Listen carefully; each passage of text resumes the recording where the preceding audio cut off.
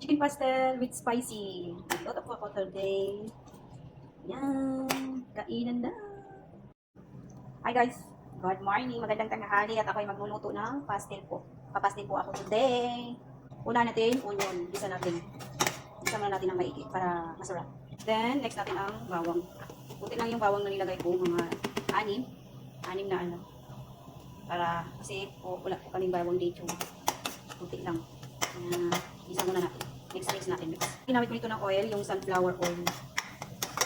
Para sobrang linaw kasi ng sunflower. Yan. Lagyan natin ng isang kutsarang turmeric. Yan. Kung maswete, tapos wala rin akong paprika, okay lang. Pangkain ko lang naman to eh. Lagyan natin ng black pepper. Powder po. Powder. Yan. Then next natin yung chicken. Yan. I-mix natin ng mabuti. Mix na natin ng mabuti. Lagyan natin ng toyo. Ng soy sauce. Inyo kung ilan ang, kung anong dami ng soy sauce ang gusto mo. Yan. And then sugar. Wala akong red sugar kaya white lang po ang gagamitin ko. 2 kutsara ang ilalagay ko po. At tapos i-mix natin din ng mabuti.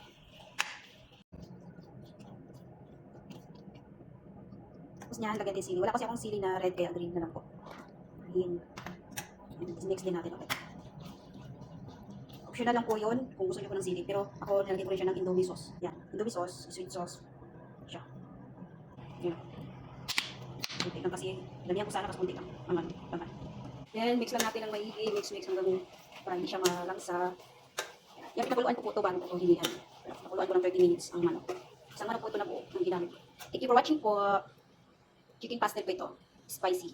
Meron pa ako nakita red, ano to, paprika po. Pampakulay. Kasi wala akong aswete. Pahabol.